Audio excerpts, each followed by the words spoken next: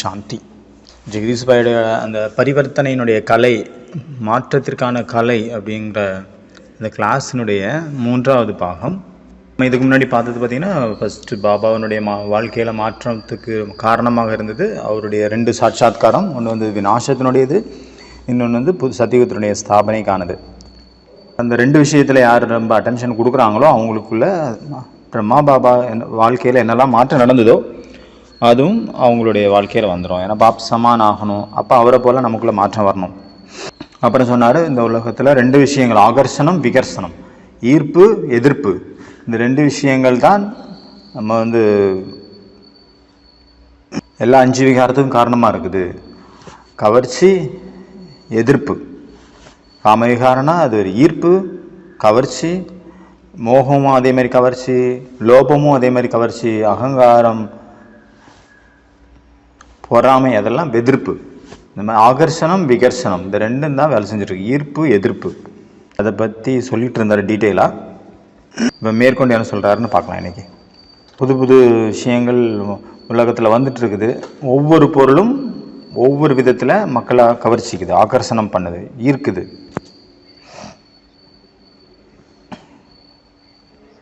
இந்த உலகத்தில் உள்ள இந்த மாதிரியான எல்லா பொருளையும், அதாவது எதெல்லாம் ஈர்க்குதோ, மாயாவனுடைய அந்த பப்பட் ஷோ என்னெல்லாம் இருக்குதோ அதில் இருந்தெல்லாம் விடுபட்டு எது வரைக்கும் நமக்குள்ள ஒரு விகர்சனம், ஒரு எதிர்ப்பு நமக்கு அதுக்கு மேலே வரலையோ, பிடிப்பு இல்லாமல் வரலையோ, வெறுப்பு வரலையோ, அது வரைக்கும் நீங்கள் என்ன பண்ண போகிறீங்க, என்ன பண்ணுவீங்க, எப்படி மாற்றம் வரும் உங்களுக்குள்ள? அதனால் எப்போ வந்து நமக்குள்ள மனசுக்குள்ளே இந்த ஒரு விஷயம் வருது, இந்த உலகத்தில் அழிய போகுது, இங்கே இருக்கிறவங்களாம் செத்த பிணங்கள், நடமாடும் பிணங்கள் அப்படின்னு எப்போ புரியுதோ, இது இன்னும் கொஞ்ச நாளைக்கு தான் அந்த இதுக்கு போகுது இந்த உலகம். பாபா அடிக்கடி சொல்கிறாருல, மூங்கில் காடு தீப்பத்தி எரிய போகுது. நெருப்பு கூட விதவிதமாக இருக்குது. சில இடத்துல நெருப்பு பிடிச்சுன்னா பல வருஷத்துக்கு எரியுது. நிறைய டேங்காக தண்ணியை கொண்டு போகிறாங்க, ஆனாலும் அது 1 வருஷத்துக்கிட்ட ஆயிடுது அது அணைக்கிறதுக்கு. ஆனால் வைக்கோல் இருக்குது, வைக்கோல் போடுறதுக்குதுன்னு வச்சுக்கோங்க, ஒரு ரூம் ஃபுல்லாக வைக்கோலை நிறச்சி வச்சுருக்கீங்க, அங்கே தீ பிடிச்சுன்னா என்ன ஆகும், அது எரிஞ்சு முடியறதுக்கு எவ்வளோ நேரம் ஆயிரும்? அந்த மூங்கில் காடு மாதிரி ரொம்ப நாள்லாம் எரியாது, ஒரே ஒரு 10 நிமிஷத்தில் எல்லாம் எரிஞ்சு சாம்பல் ஆயிரும். அதெல்லாம் பாபா சொல்கிறாங்க, வைக்கோல் போருக்கு தீ பிடிக்க போகுது. எப்போ தீ பிடிக்குமோ அப்போ அதுக்கு டைமே ஆகாது, இன்ஸ்டண்ட்டாகவே அது விநாசம் ஆயிரும். அதாவது வைக்கோல் போர் எப்படி ஒரு செகண்டில் விநாசமாகி பஸ்மமாயிருமோ, எரிஞ்சு பஸ்மமாயிருமோ, அதே போல் இந்த உலகம் ஒரே செகண்டில் பஸ்மமாயிரும். எப்படி பாபா வந்து எக்ஸாம்பிள் சொல்கிறாங்க நிறைய தடவை. இலைகளால் செய்யப்பட்ட, எப்படி இந்த ஓலை குடிசையெல்லாம் இருக்குதுல்ல, அதை இலைகளால் செய்யப்பட்ட ஒரு ஓலை குடிசை வந்து எவ்வளோ ஒரு புயலுக்கு தாங்குமா? தாங்காதுல. அதே போல் இந்த உலகம் தாங்காது. இந்த உலகமும் அதே போல் முடிய போகுது.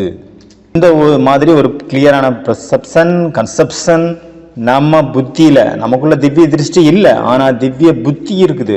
திவ்ய புத்தி மூலமாக நம்ம அதை சிந்தனை பண்ணல, அதை ஸ்வீகாரம் பண்ணலை அப்படின்னா அவ்வளோ பயங்கரமான விநாசம் நடக்க போகுது. இந்த கண் மூலமாக நம்ம என்னெல்லாம் பார்த்துட்டு இருக்கிறோமோ எல்லாமே விநாசமாக போகுது.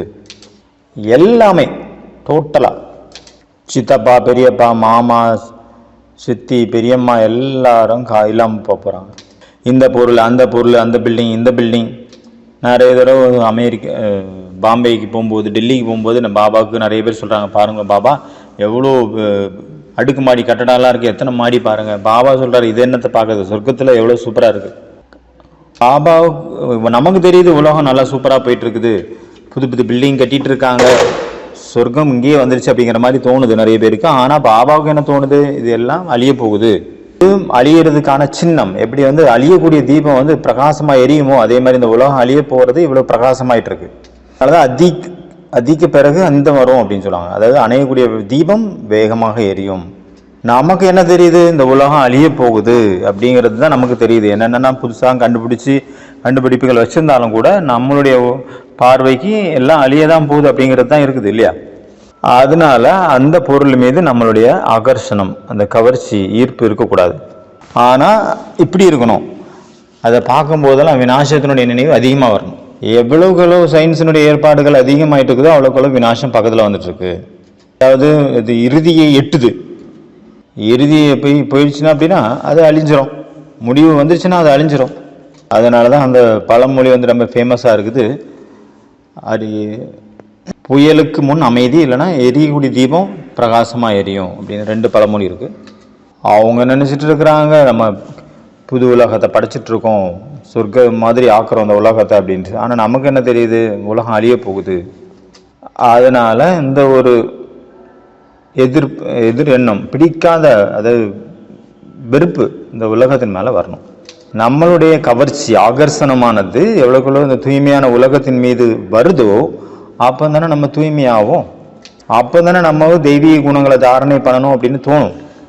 அப்போ தானே முயற்சி பண்ணுவோம். அப்போ தானே நம்ம நரன்லேருந்து நாராயணன் ஆகும்போம், மனுஷன்லேருந்து தேவதையாகும். Where there is will there is way. எங்கே நம்மளுடைய வில் இருக்குமோ அங்கே தான் நம்மளுடைய வே. நம்மளுடைய மனசு நம்மளுடைய ஃபோக்கஸ் எங்கே இருக்குமோ அப்போ தான் அங்கே வழி கிடைக்கும், அங்கே முயற்சி, அதுக்கான முயற்சி நடக்கும். நம்ம புருஷார்த்தம் எப்போ பண்ணுவோம், எப்போ நம்மளுடைய மனசு அங்கே இருக்குமோ அப்போ தான் நம்ம புருஷார்த்தம் பண்ணுவோம். எப்படி 7:30 மணிக்கு ஒரு பாட்டு வரும், 4 மணிக்கு ஒரு பாட்டு வரும். என்னுடைய செல்வம் எங்கே இருக்குதோ அங்கே தான் என்னுடைய மனசு இருக்குது. நம்மளுடைய கவர்ச்சி சத்தியுகத்தின் பக்கம் இருக்கும் போது தான் நம்மளுடைய மனசு அங்கே கவர்ஞ்சிக்கப்பட்டிருக்குது. அப்படின்னா தான் நம்மளுடைய புருஷார்த்தம், நம்ம அதனுடைய எல்லா ஏற்பாடையும் செய்வோம், அதற்கான புருஷார்த்தம் செய்வோம். அதனால் நம்மளுடைய ஆகர்ஷணம், கவர்ச்சியானது சத்தியுகத்தின் பக்கம் இருக்கணும். சத்தியுக உலகங்கிறது பாபா என்ன சொல்கிறாரு, ஒண்டர் ஆஃப் த வேர்ல்டு அப்படிங்கிறாரு. சத்தியுக உலகம் தங்கக்குருவி அப்படின்னு சொல்கிறாங்க ஹிந்தியில். அதுக்கு கம்பேரிசனுக்கு ஒன்றுமே கிடையாது, எந்த உலகமும் கிடையாது. அதை வர்ணனை பண்ணுறதுக்கு வார்த்தைகளே இல்லை. ஏன்னா எந்த விதமான துக்கமோ அசாந்தியோ அந்த உலகத்தில் கிடையாது. சுகம் சாந்தி அந்த அளவு இருக்கும், அங்கே இல்லை அப்படிங்கிறதே இல்லை அப்படிங்கிற மாதிரி தான் இருக்கும். நிறைய தடவை பாபா சொல்கிறாங்க அதுக்கான லிஸ்ட்டை உருவாக்குங்க அப்படின்னு. அதனுடைய கிளியரான பிக்சர் நம்ம மனசில் இருக்கணும். திவ்ய புத்தியின் மூலமாக அந்த புது சத்திய உலகம் நம்ம மனசுக்குள்ளே இருக்கணும், புத்தியில் இருக்கணும். கூடவே இந்த பழைய உலகம் விநாசமாக போகுது அப்படிங்கிறது எப்போ நம்ம புத்தியில் இருக்குமோ அப்போ தான் நமக்குள்ள ஒரு மாற்றமானது கொஞ்சம் ஸ்பீடாக இருக்கும். மாற்றமானது அங்கே ஸ்டார்ட் ஆகும். பாபா சொல்லியாச்சு இந்த உலகம் அழிய போகுது தான் பாபா சொல்கிறாங்க. அதனால் உங்களை நீங்களே மாற்றிக்கோங்க, திருத்திக்கோங்க. சரி, திருத்துறதுக்கு இன்னொரு வழி என்ன, அதை இன்னொரு ரூபத்தில் எப்படி சொல்லலாம், மர்ஜீவா ஆகணும், இறந்து போகணும். இருந்துட்டு தான் இருக்கிறோம் ஆனால் இறந்துடணும். பரிவர்த்தனை கூட, மாற்றம் கூட எப்படி இருக்கணும், இந்த மாதிரி ஜபர்தஸ்தாக இருக்கணும். அதாவது யாராவது இறந்துட்டாங்கன்னா அவங்களுக்கு பழைய சம்பந்தி, பழைய உலகம், பழைய விஷயம் எதுவுமே ஞாபகம் இருக்காது. அவருடைய பழைய ஸ்டோரி, பழைய பில்டிங் எல்லாமே மறந்து போகுதுல்ல. புதுசாக அவர் எங்கே போய் பிறக்கிறாரோ அந்த ஆத்மா, அப்போ அங்கே புது சம்பந்தம், புது இடம், புது மொழி, புது ராஜ்யம், புது மதம் எல்லாமே மாறிடுது. அதனால பாபா சொல்கிறாங்க முதல் மாற்றமானது இங்கேருந்து ஸ்டார்ட் பண்ணுங்க. நான் இந்த உலகத்துலேருந்து இறந்துட்டேன், நம்ம சூத்திரன்லேருந்து பிராமணன் ஆகிட்டோம் அப்படின்னா என்ன, அதனுடைய அர்த்தம் என்ன, பிரம்மா குமார் அப்படின்னு சொல்கிறோம், குமார்ஸினுடைய பட்டி போயிட்டு இருக்குன்னு சொல்கிறோம். இதில் உண்மையிலே என்ன சொல்லணும், பிரம்மா குமாரிகளின் பட்டி, பிரம்மா குமாரர்களின் பட்டின்னு சொல்லணும். யார் பிரம்மா குமார், பிரம்மா குமார்னா யார், யார் இருந்து போண்டே இறந்துட்டாங்களோ, மர்ஜீவா ஆகிட்டாங்களோ அவங்க தான் பிரம்மா குமார். எல்லாருடைய தாய் தந்தை வேறு வேறு இருக்காங்க. ஆனால் இப்படி புரிஞ்சுக்கணும், இப்போ நான் யாருடைய குழந்தை, அவர்கிட்ட இருந்து நான் ஆஸ்தி எடுக்கணும், தூய்மையினுடைய ஆஸ்தி எடுக்கணும். எது வரைக்கும் நான் இறந்து போயிட்டேன், மர்ஜீவா ஜென்மத்தை எடுக்கலையோ அது வரைக்கும் நம்மளுடைய ப்ராசஸ் ஆஃப் த சேஞ்சிங், மாற்றம் அங்கே நடக்காது. எவ்வளோ வேணுமோ அவ்வளோ மாற்றம் வராது நமக்குள்ள. நம்மளுடைய வாழ்க்கையில் பார்த்தீங்கன்னா நிறைய தடவை தடைகள் எதனால் வருது அப்படின்னா இந்த ஒரு விஷயத்துலலாம் வருது. நிறைய தடவை சொல்கிறோம், இந்த மனிதர் என்னுடைய வாழ்க்கையில் ரொம்ப கஷ்டம் கொடுக்குறாரு, இவர் என்ன கண்டதெல்லாம் பேசுகிறாரு, கிண்டல் பண்ணுறாங்க, இல்லாத தப்பு தவறுமா சொல்கிறாங்க, என்னை எதிர்க்கிறாங்க, என்னை பிடிக்கலை இவங்களுக்கு கண்டாலே, இல்லைன்னா நான் சொன்னால் கேட்குறதே இல்லை யாருமே, இவர் என்னுடைய எதிரி. இதுலேருந்து என்ன தெரியுது, இதெல்லாம் சொல்கிறதுனுடைய அர்த்தம் என்ன, அவர் மாறணும், எதிரில் இருக்கிற ஆள் மாறணும் அப்படின்னு எதிர்பார்க்குறோம். ஆனால் நான் மாறணும்னா இல்லையா அப்படிங்கிறத மறந்துடுறோம். ஒருவேளை இந்த ஒரு விஷயத்தை நம்ம சதா மனசுக்குள்ளே வச்சுருக்குறோம், நான் தான் மாறணும், ஐ ஹாவ் டு சேஞ்ச். நம்மளுடைய மோட்டிவேஷன் எப்படி இருக்கணும், நான் மாறணும் அப்படிங்கிறதுல தான் இருக்கணும். மற்றவங்க மாறினாலும் சரி மாறாட்டியும் சரி, ஆனால் என்னுடைய லட்சியம் என்ன, என்னுடைய லட்சியம் நான் மாறணும் அப்படிங்கிறது இருக்கணும். ஒரு இங்கிலீஷ் புக்கு நான் படித்தேன், அதில் பார்த்தீங்கன்னா ஒரு சீனு, அதில் பனி பெஞ்சிட்டு இருக்குது, பனி இந்த கட்டி கட்டியாக இருக்குது, கீழே நதியெல்லாம் பனியாயிடுச்சு, பனியாக கொட்டிகிட்ருக்கு கட்டி கட்டியாக. அதாவது ஒரு யூத்து மட்டும் கையில் கொடி எடுத்துகிட்டு நடந்துட்டு இருக்கிறாரு. அந்த கொடியில் எழுதியிருந்தாங்க முன்னேறல் அப்படின்னு. அவர் போயிட்டு இருந்தார், பனி கொட்டிகிட்டு இருந்தது, பனி கட்டி மழையாக பொழிஞ்சிட்டு இருந்தது. அவர் நடந்து மேலே ஏறி மலையில் ஏறி போகிறாரு அந்த பனி மலையில். அப்போ சத்தம் கேட்டுது, செப்பல் ஷூனுடைய சத்தம். அப்போ பார்க்குறாங்க மக்கள், யார் இது இந்த நேரத்தில் இங்கே போகிறது அப்படின்னு. யாரோ ஒருத்தவங்க வந்து ஜன்னலை திறந்து பார்க்குறாங்க. அடே இளைஞனே, வா கொஞ்ச நேரம் வந்து உட்காந்துட்டு டீ காப்பி எல்லாம் சாப்பிட்டுட்டு பொறுமையாக போ. இவ்வளோ நேரம் டயர்டாக இருப்ப, பனி வேறு பெஞ்சிருக்கு, கொஞ்சம் ரெஸ்ட் எடுத்துகிட்டு போ. நெருப்பு தீ மூட்டி இருக்கிறோம், அந்த தீயில் கொஞ்சம் கையை காட்டிட்டு போ. எங்கே போயிட்டுருக்க நீ, கொஞ்சம் ரெஸ்ட் எடுத்துகிட்டு போ. ஆனால் அந்த இளைஞன் என்ன பதில் கொடுத்தாரு தெரியுமா? அவருடைய லட்சியம் என்ன அப்படின்னா, அங்கே ஒரு பாறை இருந்தது, அந்த பாறைக்கு மேலே இந்த கொடியை கொண்டு நடனம். அதுதான் அவருடைய லட்சியம். என்ன ஆனாலும் சரி அங்கே கொடியை நான் நட்டே தீருவேன் அப்படிங்கிறது தான் அவருடைய லட்சியம். அவர் சொல்கிறாரு, அதனால் அதுக்குள்ளே அது வரைக்கும், அது எது வரைக்கும் அந்த கொடியை நான் நடலையோ அது வரைக்கும் நான் நிற்க மாட்டேன். எங்கேயுமே ஓய்வு கிடையாது, சாப்பாடு கிடையாது, தண்ணி கிடையாது, எதுவுமே கிடையாது. முதல்ல அதை முடிச்சுட்டு தான் மறுவேலை.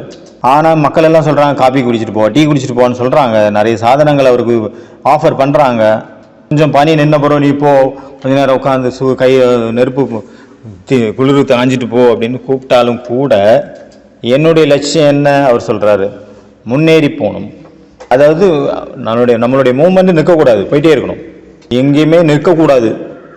அப்போ தான் நான் டைமுக்கு போய் அங்கே கொடியை ஏற்றுவேன். அவருக்கு வழியில் நிறைய பேர் என்னென்னமோ கொடுத்தாங்க, என்னென்னமோ பேசினாங்க. ஆனாலும் அந்த இளைஞன் அதெல்லாம் காதில் வாங்காமல் எல்லா விதமான கவர்ச்சிகளையும் அவருக்கு காட்டினாங்க. ஆனாலும் அந்த இளைஞன் என்ன பண்ணார், அவருடைய மனசில் அவ்வளோ ஸ்ட்ராங்கான உறுதியான எண்ணம் இருந்தது. நான் முதல்ல அந்த பாறைக்கு மேலே ஏறி அதில் நான் கொடியை நடணும், அது வரைக்கும் ஓய்வே கிடையாது அப்படின்ட்டு அவர் முடிவு எடுத்திருந்தார். அதில் ஸ்ட்ராங்காக இருந்தார். கடைசியாக போய் அந்த கொடியை நட்டுட்டார். அதே போல் நம்மளுடைய வாழ்க்கையில் நான் மாறணும், மாற்றம் என்பது என்னுடைய பரம லட்சியமாக இருக்கணும். மற்றவங்க மாறினாலும் சரி, மாறாமல் போனாலும் சரி. பாபா என்ன சொல்கிறாங்க, இருந்து கொண்டே இறந்து போயிருங்க அப்படிங்கிறாரு. எல்லா விஷயத்தையும் மறந்து போயிருங்க, பழைய விஷயம், போன ஜென்மத்தினுடைய, அதாவது இந்த தேகம், இந்த தேகத்தினுடைய சம்பந்தம் எல்லாத்தையுமே, தேக அபிமானத்தினுடைய விஷயங்கள் மறுபடியும் வந்துடுது. பாபா எத்தனை முரளியில் சொல்லிட்டாரு, எல்லாத்துக்குமே காரணம் தேக அபிமானம். அதனால தேக அபிமானத்தை விட்டுருங்க அப்படின்னு எத்தனை தடவை சொல்லியாச்சு. எப்போ நம்ம ஆத்ம அபிமானிங்கிற தீபத்தை ஏற்றுறோமோ, அந்த தேக அபிமானத்தை நம்ம அழிக்கிறோமோ, அப்போதான் நம்மளுடைய மாற்றமானது ஆரம்பமாகும். இல்லைன்னா ஏதாவது ஒரு விதத்தில் வந்து நம்ம காலையை பிடிச்சி இழுக்கும். அதனால் முதல்ல இந்த ஒரு விஷயத்தில் ஸ்ட்ராங்காக இருக்கணும். நம்ம முன்னேறி போகணும் அப்படின்னா முதல்ல நான் மாறணும் அப்படிங்கிற விஷயத்தில் ஸ்ட்ராங்காக இருக்கணும். சத்திய உலகம் வரப்போகுது, கலியுகம், இந்த உலகம் விநாசமாக போகுது. லேட்டாக வரவங்களாம் என்ன கேட்குறாங்க, எங்களை விட நிறைய வருஷங்கள் முன்னாடி இருக்காங்க, அவங்களுக்கு அவ்வளோ டைம் கிடச்சிருக்கு அவங்கள புருஷார்த்தத்துக்காக. ஆனால் எங்களுக்கு அவ்வளோ டைம் கிடைக்காது. அப்போ நாங்கள் எப்படி எங்களுடைய லட்சியத்தை அந்த குறைந்த நாளில் எப்படி அடையிறது அப்படின்னு கேட்குறாங்க. நான் பார்த்த வரைக்கும் பிரம்மா பாபாவுடைய லைஃப்பில் நான் பார்த்த வரைக்கும் அவளுடைய மாற்றமானது ரொம்ப ஸ்பீடாக இருந்தது. அவரை மாதிரி யாருக்காவது வாய்ப்பு கிடைக்குமா? பிரம்மா பாபா சிவபாபாவனுடைய கூடவே இருந்தார் எப்போவுமே. அப்புறம் வந்து சூட்சும சரீரத்தை அவர் பரிசான பிறகு கூட சிவபாபா கூட இருந்து இந்த உலகத்தை மாற்றுறதுக்கான சேவையில் தன்னுடைய எல்லாத்தையுமே கொடுத்துட்டாரு. அது எவ்வளோ டிஃப்ரெண்ட், அது மொத்தத்திலே வேறு. இதெல்லாம் நடந்தது எப்படி? பாபா மம்மாவுடைய லைஃப்பில் நாங்கள் முன்னாடி பக்கத்தில் இருந்து பார்க்கும்போது எங்களுக்கு தெரிய வந்தது என்ன அப்படின்னா, அவங்களுடைய மாற்றம் கொண்டு வரக்கூடிய அந்த மாற்றமானது ஸ்பீடாக இருந்தது. அவங்க கொஞ்ச நாள்லேயே அவங்கள மாற்றிக்கிட்டாங்க. நம்மளுடைய ஒவ்வொரு சமஸ்காரத்தையும் மாற்றுறதுக்கு பல வருஷம் எடுத்துக்கிறோம். நம்மக்கிட்ட எல்லாரும் வந்து சொல்லிகிட்டு இருக்காங்க, நீ ரொம்ப நல்லவன் தான், ஆனால் உன்னுடைய ஒரு சின்ன பழக்கம் இருக்குது, அதை மாற்றிக்கோ அப்படின்னு. அந்த ஒரே ஒரு பழக்கத்தை நம்ம விடுறதுக்கு எவ்வளோ நாள் ஆகுது, வருஷ கணக்கில் ஆயிடுது. அவங்க நம்ம பார்த்த வரைக்கும் பார்த்தீங்கன்னா, ஒரு தடவை பாபா சொல்லியாச்சு அப்படின்னா அடுத்த தடவை அவங்களுக்கு சொல்ல வேண்டிய அவசியம் வரல, உடனே மாற்றிட்டாங்க. எப்படி தேவதைகளுக்கு இஷாராக புத்திசாலி மனிதனுக்கு ஒரு சின்ன விஷயமே போதும், அவங்க புரிஞ்சுப்பாங்க. நல்ல மாட்டுக்கு ஒரு சூடு அப்படின்னு சொல்கிற மாதிரி சொல்லுவாங்கல்ல நெகட்டிவாக, அதுதான் புத்திசாலிக்கு ஒரு இஷாராவே போதும் அப்படின்ற மாதிரி ஒரு பழமொழி தான் ஹிந்தியில். நான் வந்து என்ன வந்து ப்ரூவ் பண்ணுறதுக்கு என்ன அவசியம் இருக்குது? இவர் சரி கிடையாது, நான் சரி, கரெக்டு. முக்கியமாக நமக்கு மாறணும், நான் மாறணும், அதுதான் முக்கியம். இன்னொருத்தரை வந்து அவர் சரி கிடையாது, நான் சரி அப்படின்னு ப்ரூவ் பண்ணி என்ன ஆக போகுது? நான் மாறணும் அப்படிங்கிறது தான் சீரியஸ்.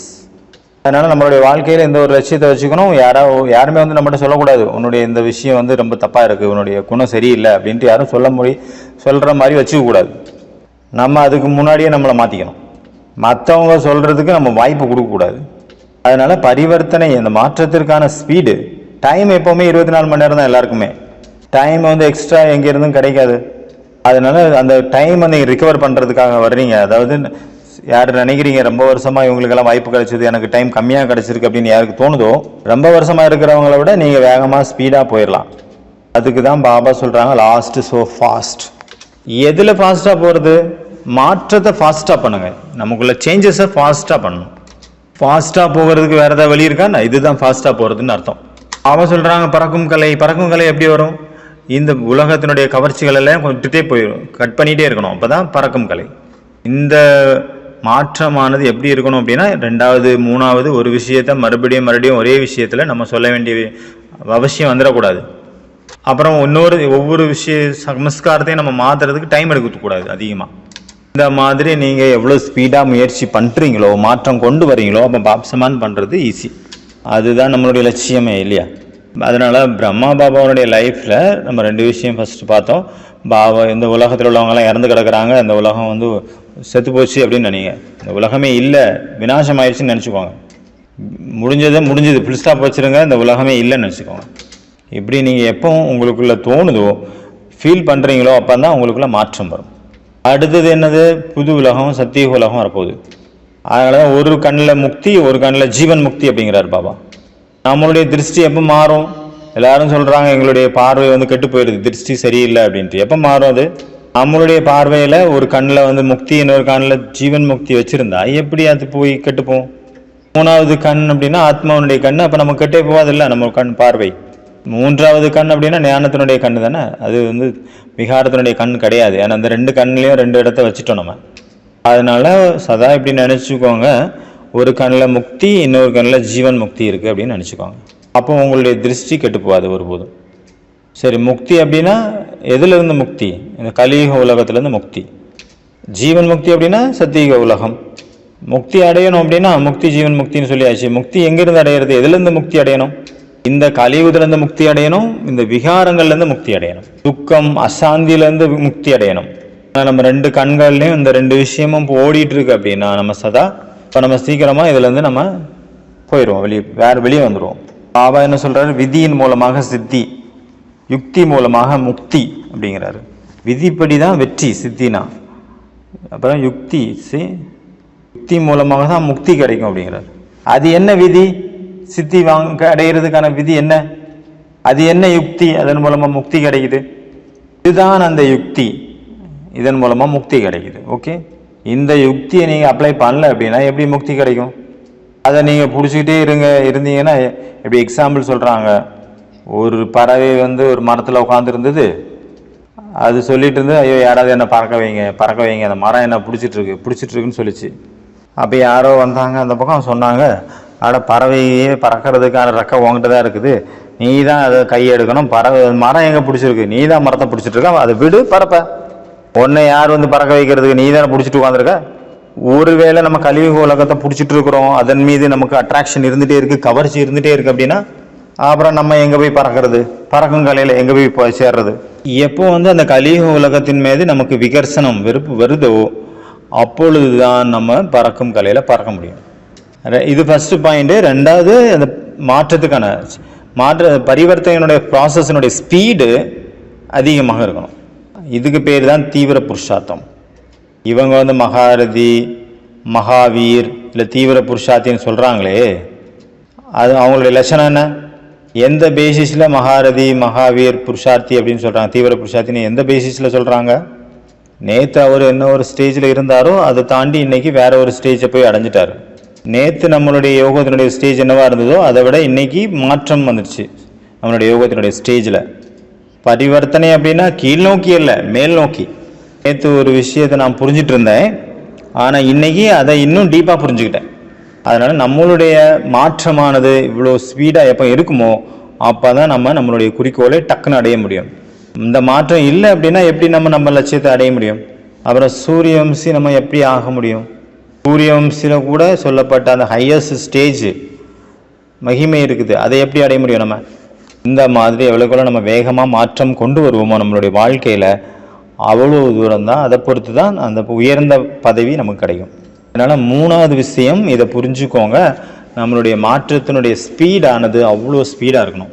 அதாவது நமக்கு ஒரு தடவை ஒருத்தவங்க சொல்லிட்டாங்க அப்படின்னா அது ஒரு தடவை தான் சொல்லணும், அடிக்கடி சொல்லவே வைக்கக்கூடாது.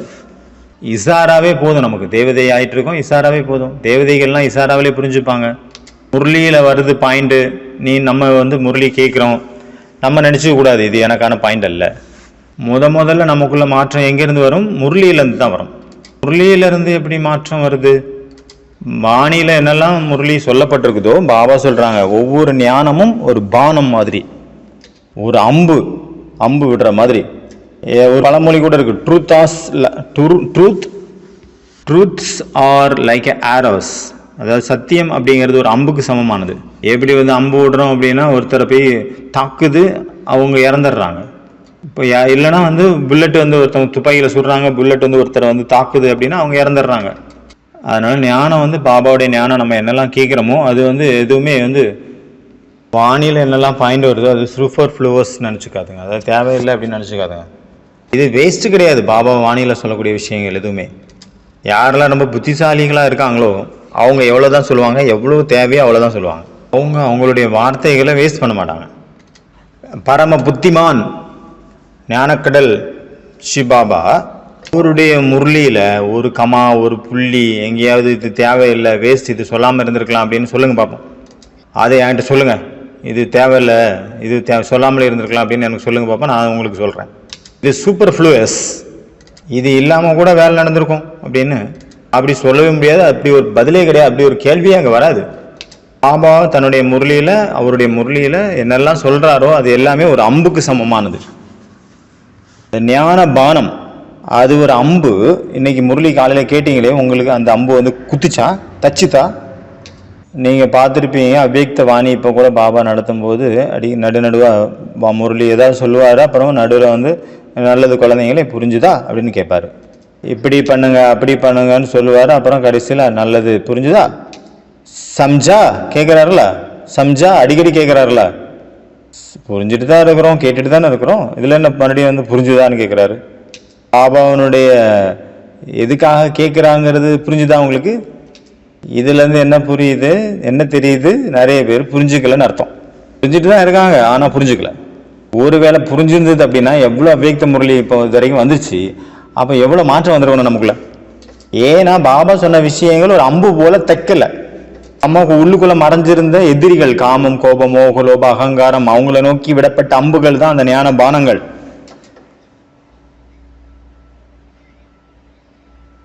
அந்த 5 விகாரங்களுக்காக பாபா அனுப்பின அம்பு தான் அந்த ஞானம்.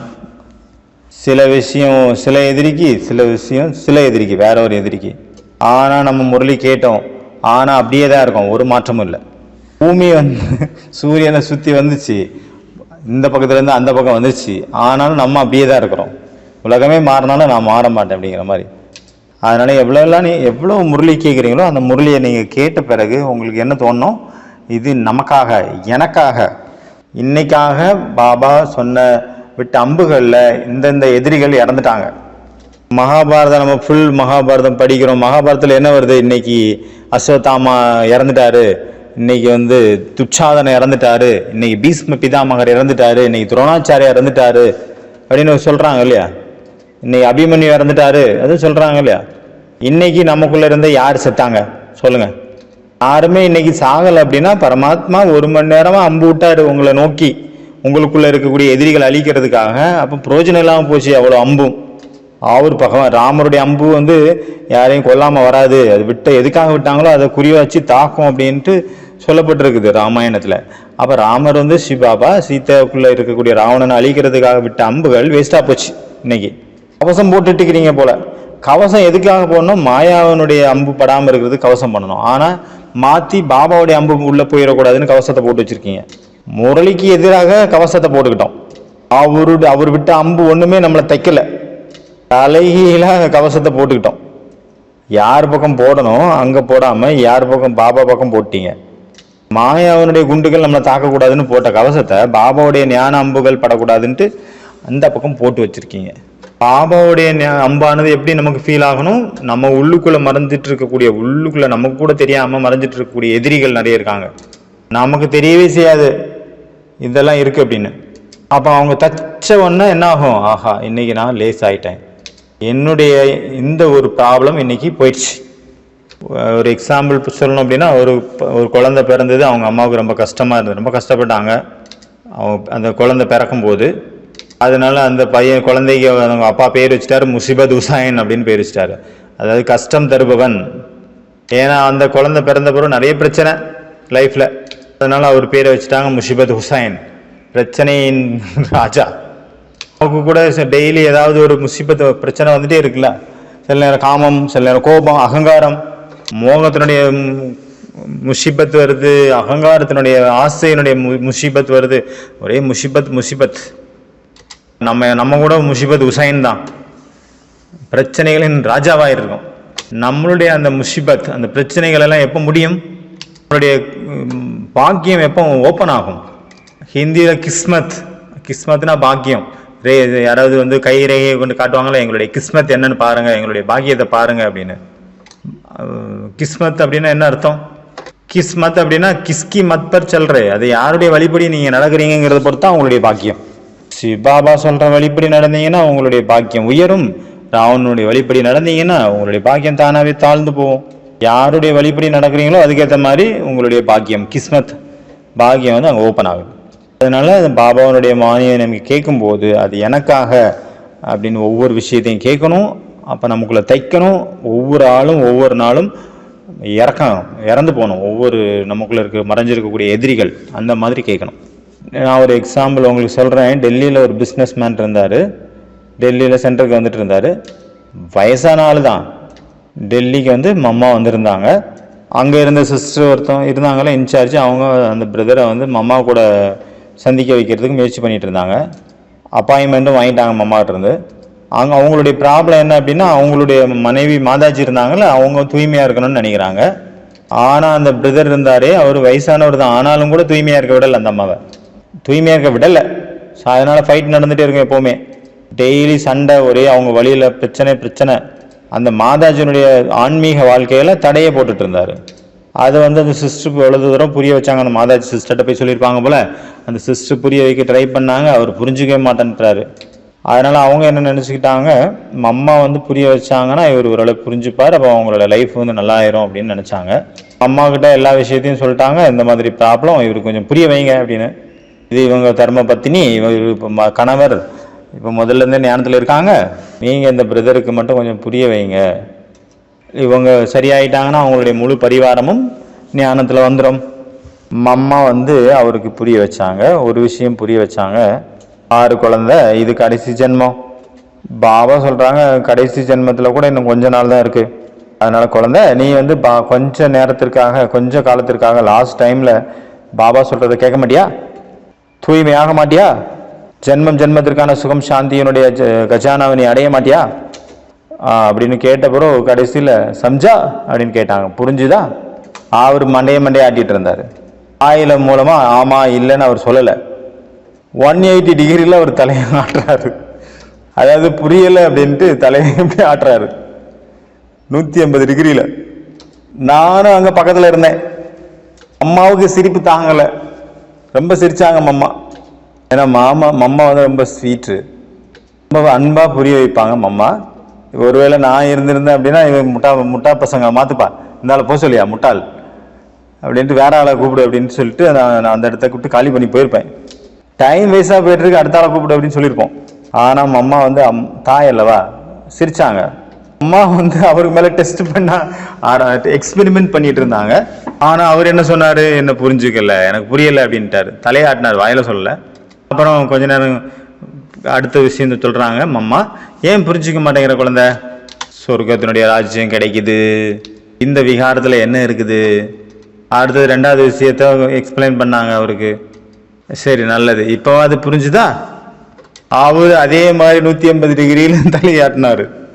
புரியலைன்னு சொல்லலை, வாயால் தலையாட்டினார், புரியலை அப்படிங்கிறத ஆட்டி தலையா அப்படி 180 டிகிரியில் ஆட்டி காட்டிட்டார். 4-5 விஷயத்த அம்மா வந்து பொறுமையாக சொன்னாங்க. அவங்கள ஒத்துக்கணுங்க அம்மாவை. அம்மா வந்து அவங்க அம்புகள் எல்லாம் தொடுத்தாங்க, ஆனா அவருக்கு ஒரு அம்பும் தைக்கல. ஆனாலும் அவர் தலைய ஆட்டிட்டு தான் இருந்தாரு. புரியலன்னு டைம் ஆயிட்டு இருந்து. ஏன்னா அம்மா கிளாஸுக்கு போயிட்டு இருந்தாங்க அந்த டைம்ல. சரி அம்மா, அதனால டைம் ஆயிட்டு இருந்தாலும் அம்மா சொல்லிட்டாங்க, சரி குழந்தை யோசிச்சு பாரு, அப்புறமா புரிஞ்சுப்ப, இப்போ கிளாஸுக்கு டைம் ஆயிடுச்சு, நான் கிளாஸுக்கு போறேன். சாயங்காலம் கிளாஸ் இப்படி கேட்டுட்டு போயிட்டாரா. அப்புறம் காலையில வந்தாரு. காலையில முரளி கிளாஸ் முடிஞ்சிருச்சு. அப்புறம் மம்மாவுடைய கிளாஸ் இருக்கும். அவர் முரளியும் கேட்டாரு, மம்மாவுடைய கிளாஸும் கேட்டாரு. அதாவது அந்த முரளியில என்ன வந்தது அப்படின்னா, யார் மற்றவங்களுடைய ஆடையை உருவுறாங்களோ, யார் மற்றவங்கள தூய்மை இல்லாமல் ஆக்குறாங்களோ அவர் தான் துச்சாதனன். துச்சாதனா தனியாக ஒருத்தர் இல்லை, அவன் தான் துச்சாதனன். இந்த மாதிரி காரியம் பண்ற ஆளு. மகாபாரதனுடைய கதையில வருதுல்ல, துச்சாதனன் திரௌபதியினுடைய ஆடையை இழுப்பார்ல. முதல்ல அவர் முரளி கேட்கறதுல இவன் அம்மா இருந்ததுனால முரளி கேட்டாரு. அவருக்கு கேட்டுடுச்சு, அவருக்கு அது காதுக்குள்ள போயிடுச்சு. இந்த மாதிரி யார் காரியம் செய்யறாங்களோ அவன் தான் துச்சாதனன். அவருக்கு மனசுக்குள்ள உட்காந்துருச்சு, நான் தான் அந்த துச்சாதனன் அப்படின்னு. இந்த துச்சாதனன் நான் தான், துச்சாதனன் நான் தான், இந்த துச்சாதனன் நான் தான், துச்சாதனன் நான் தான். இந்த வார்த்தை அவரை விடவே இல்லை. மனசு திருப்ப திருப்ப அதே வார்த்தையை சொல்லிட்டே இருந்தது. நீதான் நீதான் நீதான் நீதான், நான் தான் நான் தான் நான் தான். அது விடவே இல்லை அந்த எண்ணம். இந்த துச்சாதனன் நான் தான், துச்சாதனன் நான் தான் நான் தான் நான் தான். எனக்காக சொல்லப்பட்ட இந்த மகா வாக்கியம், ஏன்னா நான் வந்து என்னுடைய மனைவி கிட்ட இந்த மாதிரி விவகாரம் பண்ணிட்டு இருக்கேன் அப்படின்னு அவருக்கு டச் ஆயிடுச்சு. நான் தான் அந்த துச்சாதனன். நான் இது வரைக்கும் புரிஞ்சுட்டு இருந்தேன், மகாபாரதத்துல ஒருத்தர் இருந்தார் துச்சாதனன்ட்டு, பாஞ்சாலியோட சாரியை அவுத்தாரு அப்படின்ட்டு. நான் தான் அந்த துச்சாதனன் அவர் புரிஞ்சுக்கல. இன்னைக்கு அவருக்கு புரிஞ்சுக்கிட்டு, இன்னைக்குதான் அவர் புரிஞ்சுக்கிட்டாரு, நான் தான் அந்த துச்சாதனன். ஒரு துச்சாதனம் கிடையாது உலகத்துல, அவ்வளவு பேருமே துச்சாதனம் தான். அதை அங்க உருவாக்கியிருக்காங்க, ஒரு எக்ஸாம்பிளுக்காக உருவாக்கியிருக்காங்க, ஒரு ஆளை காட்டியிருக்காங்க, ஒரு ஆள் கிடையாது. ஒரு ஜென்ரலா எழுதியிருக்காரு அந்த கதையை. அது இந்த உலகத்தினுடைய விஷயத்தை அது காட்டுது, அவ்வளவுதான். அப்போ யாரெல்லாம் அந்த மாதிரி பண்றாங்களோ அவங்க தான் துச்சாதனன். அவருக்கு அந்த விஷயம் டச் ஆயிடுச்சு பயங்கரமா. அவருக்கு ரொம்ப குஷி ஆயிடுச்சு. கிளாஸ் முடிஞ்சது, அம்மாவும் கிளாஸும் முடிச்சுட்டாங்க. அப்போ அந்த சிஸ்டர்கிட்ட, அவங்க டீச்சர் இருந்தாங்களா, அவங்கள்ட்ட போய் கேட்க சொன்னார், என்னை வந்து 2 நிமிஷம் அம்மாவை கூட என்ன மீட் பண்ணவே அப்படின்னு. அப்போ அவங்க நினைச்சாங்க, மறுபடியும் வந்தாலும் டைமை வேஸ்ட் பண்ணுறதுக்கு வராரு, அம்மாவுடைய டைம் வேஸ்ட்டாக போயிடும். நேற்றைக்கு அவருக்காக டைம் ஒதுக்கியாச்சு, 2 நிமிஷம் வேஸ்ட்டாக போச்சு அம்மாவுடைய மகா வாக்கியம் எல்லாமே.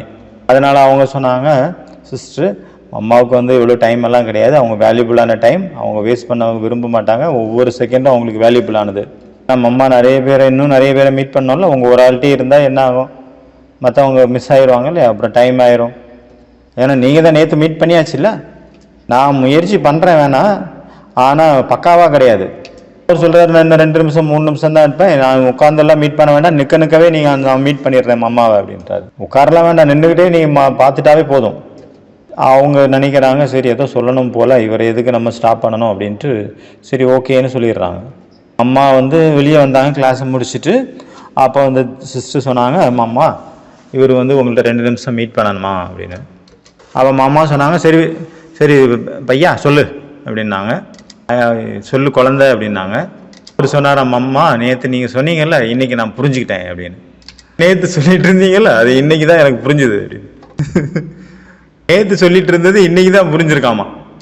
அம்மாவுக்கும் ஆச்சரியமாயிடுச்சு, நேற்று புரியாத அந்த ஆளுக்கு இன்னைக்கு எப்படி புரிஞ்சுது. அம்மா எல்லாருமே ஒரு கற்றுக்கிட்டு இருக்கிற ஆளுக்கு தானே, கற்றுக்கிட்டு தானே இருக்கோம். மாற்றம் கொண்டு வரதுக்கு முயற்சி பண்ணிட்டு இருக்கோம், ரிசர்ச் பண்ணிட்டு இருக்கோம். இப்போ நமக்கும் ஒரு இன்ட்ரெஸ்ட் வரும்ல, நேற்று இந்த ஆளுக்கு புரியலை, இன்னைக்கு எப்படி புரிஞ்சுது, புதுசா என்னத்தை கண்டுட்டாரு, மாற்றிடுற புரிஞ்சிடுச்சுன்னு சொல்றாரு அப்படின்ட்டு நமக்கும் ஒரு இன்ட்ரெஸ்ட் ஆயிடுச்சு, கியூரியாசிட்டி அதிகமாயிடுச்சு எனக்கும் கூட. நானும் அங்கே இருந்தேன். அப்போ என்ன புரிஞ்சுக்கிட்டாரு, அப்போ அவர்கிட்ட கேட்கணும்ல கண்டிப்பா. உங்கள்கிட்ட கேட்டாங்க, அம்மா சரி எப்படி புரிஞ்சுக்கிட்டீங்க அப்படின்னு. அவர் என்ன சொன்னாரு, அம்மா இன்னைக்கு பாபா வந்து இந்த ஒரு விஷயத்த முரளியில சொன்னாரு, நான் கூட முதல்ல புரிஞ்சுட்டு இருந்தேன், இவர் நல்ல ஒரு பிசினஸ் மேன் ஆகும், அவரு சாதாரண ஆள் கிடையாது, அவர் கஸ்டமரை நல்லா புரிஞ்சுக்கக்கூடிய ஆளு. இவங்க வந்து வாங்குவாங்களா வாங்க மாட்டாங்களா சும்மா வராங்களா அப்படின்ட்டு அவர் கணிக்கக்கூடிய ஒரு ஆளு. அவருடைய டைம் வந்து ஒரு பொழுதும் வேஸ்ட் பண்ண மாட்டாரு. அந்த மாதிரி பிசினஸ் மேன், பெரிய பிசினஸ் மேன், லாப நஷ்டம் அவருக்கு தெரியும் எல்லாமே. அவரு ஒவ்வொரு தடவை அம்மா சொல்லும் போதும் புரியலன்னு சொல்றாரு.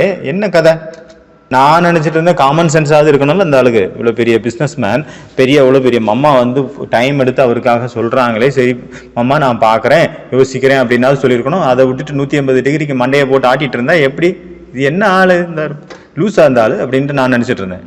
பொதுவான ஒரு பொது அறிவு கூட இல்லை. அம்மா நான் யோசிப்பேன், நீங்க எனக்கு இவ்வளவு டைம் கொடுத்தீங்க, உங்களுக்கு ரொம்ப நன்றி அதுவும் சொல்லலை, மண்டையை மட்டும் ஆட்டினாரு 5 தடவை. நானே ஷாக் ஆகிட்டேன். ஆனால் இப்போ இருந்தாலும் சொல்கிறாரு நான் மாறிட்டேன், நான் புரிஞ்சுக்கிட்டேன் அப்படின்ட்டு. நானும் அம்மா கூட வெளியே வந்துட்டு இருந்தேன் அந்த டைமில் கிளாஸ் முடிச்சு. அப்போ நான் கேட்டேன், இந்த விஷயத்தை பார்த்தேன், எனக்கும் அதுக்கான ஒரு வாய்ப்பு கிடைச்சிது. இவர் எப்படியா மாறினான்னு எனக்கு இன்ட்ரெஸ்ட் ஆகி நானும் பக்கத்தில் போனேன். இவர் சொன்னார், பாபாவுடைய முரளியில் சொன்னார், யார் மற்றவங்களுடைய ஆடையை உருவுறாங்களோ அவங்க தான் துட்சாதனன், அந்த துட்சாதனன் நான் தான் மம்மா. அதை சொல்ல அவருடைய கண்கள் வந்து ஈரமாயிடுச்சு, கண்ணீர் சொட்டிகிட்டு இருந்தது கண்ணில், தலை வந்து தாழ்ந்து இருந்தது. மம்மா வந்து அவருக்கு ரொம்ப அன்பு காட்டினாங்க. ஆனால் ஆக்சுவலி இப்போ மம்மா சொன்னாங்க, சரி சரி இப்போ இனிமேல் சரியாக இருப்பியா, ஒழுங்காக இருப்பியா? அவர் சொல்கிறாரு, இன்னையிலிருந்து நான் இந்த மாதிரியான ஒரு காரியத்தை செய்ய மாட்டேன், இனி நான் சரியாக இருப்பேன். அப்போ வந்து அந்த பாயிண்ட் அவருக்கு என்னென்னு தச்சுது, ஒரு அம்பு மாதிரி தச்சிச்சு அந்த பாயிண்ட். அந்த துட்சாதனன் நான் தான். அதனால் நம்ம முரளியை கேட்குறோம், இப்போ நமக்குள்ளே எப்படி மாற்றம் வரும்? முரளின்னா என்ன, ஞானம்னா என்ன? நம்மளை மாற்றுறதுக்கான ஒரு சாதனம். அந்த வாணியை நீங்கள் எப்படி நினச்சிக்காதுங்க, வெறும் நம்ம படிக்கணும் கேட்கணும் அப்படின்னு மட்டும் நினச்சிக்காதுங்க. அதில் உள்ள ஒவ்வொரு சென்டென்ஸு, ஒவ்வொரு மகா வாக்கியம் நம்ம மாறுறதுக்கான ஒரு யுக்தி பாயிண்ட்.